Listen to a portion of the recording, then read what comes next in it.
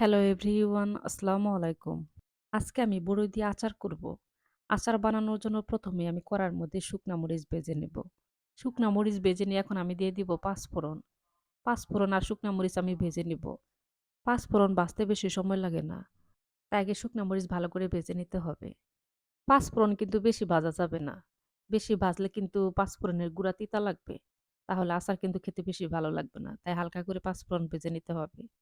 পাঁচফোড়ন ভেজে উঠিয়ে নিয়ে কড়ার মধ্যে এখন আমি সরিষার তেল দিয়ে দিব। তেলের মধ্যে দিয়ে দিব আস্ত পাঁচফোড়ন আর দিয়ে দিব ২ টা শুকনা মরিচ আমি ছোট, ছোট করে কেটে দিয়েছি। এখন আমি দিয়ে দিব রসুন। রসুন আমি ছেঁচে তারপরে দিয়েছি। আপনারা চাইলে পাটায় বেটেও দিতে পারেন, ব্লেন্ডার করেও দিতে পারেন, আবার ছেঁচে দিলেও দিতে পারেন থেতো করে। আর দিয়ে দিয়েছি সামান্য একটু আদা বাটা।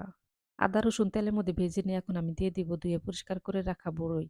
বড়ই আমি ধুয়ে পরিষ্কার করে একটা ছাঁকনির মধ্যে রেখে দিয়েছিলাম যেন বড়ইয়ের মধ্যে কোনো পানি না থাকে। বড়ই ধুয়ে পরিষ্কার করে একটা ছাঁকনির মধ্যে রেখে তারপরে নিচে থেকে পানি ঝরিয়ে নিবেন। বড়ির বার্মিজ আচারের মধ্যে কিন্তু কোনো রকম পানি দেওয়া হবে না। এখন আমি দিয়ে দিব সামান্য একটু হলুদের গুঁড়া, আর দিয়ে দিব সামান্য একটু শুকনা মরিচের গুঁড়া, আর দিয়ে দিব স্বাদ মতো লবণ। দিয়ে এখন আমি একটু ভেজে নেব। আচার বানানোর জন্য আমি চুলার জাল সবসময় মাঝারে আঁচে রেখে দিব। আমার বড়ইয়ের বার্মিজ আচারের সবথেকে স্বাদ বাড়াবে সেটা হলো তেঁতুল। অল্প একটু পানির মধ্যে আমি তেঁতুল ভিজিয়ে রেখেছিলাম। তেঁতুল ভিজে কিন্তু একদম নরম হয়ে গেছে। এখন আমি তেঁতুলের বিচিগুলা ছাড়িয়ে নিব। আপনি যদি বড়ি দিয়ে বার্মিজ আচার তৈরি করেন তাহলে অবশ্যই কিন্তু এভাবে তেঁতুল দিবেন। তেঁতুল দিলে কিন্তু বার্মিজ আচারের স্বাদটা দ্বিগুণ বেড়ে যাবে। এখন আমি বড়ির মধ্যে তেঁতুল দিয়ে দিব। বার্মিজ আচারের যদি টেস্ট বেশি বাড়াতে চান তাহলে অবশ্যই কিন্তু তেঁতুল দিতে হবে। তেঁতুল আবার বেশি দেওয়া যাবে না। সামান্য একটু তেঁতুল দিলেই হবে। এখন আমি দিয়ে দিব চিনি। যে যেমন মিষ্টি পছন্দ করেন সেই অনুযায়ী কিন্তু চিনি দিবেন। এই বড়ইগুলা বেশি টক না, আবার যে একদম মিষ্টি তাও না।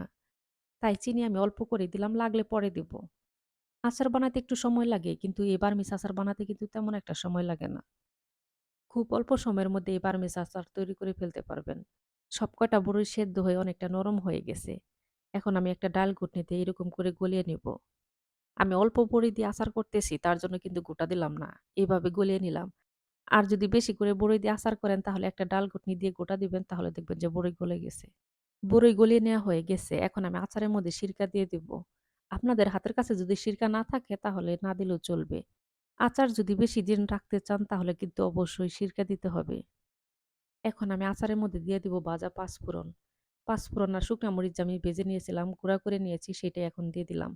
দিয়ে এখন আমি অনবরত নাড়বো আর আচার তৈরি করে নেব। দেখেন কড়ার মধ্যে কালো দেখাচ্ছে, আমি উঠিয়ে দেখিয়ে দিচ্ছি। দেখেন কত সুন্দর একটা কালার আসছে। আর রোদে যদি শুকায় নেন তাহলে দেখবেন যে আরো সুন্দর একটা কালার আসবে। এই বড়ই বার্মিজ আচার খেতে কিন্তু অসাধারণ। সবাই একবার হলেও বাসায় বানিয়ে খেয়ে দেখবেন।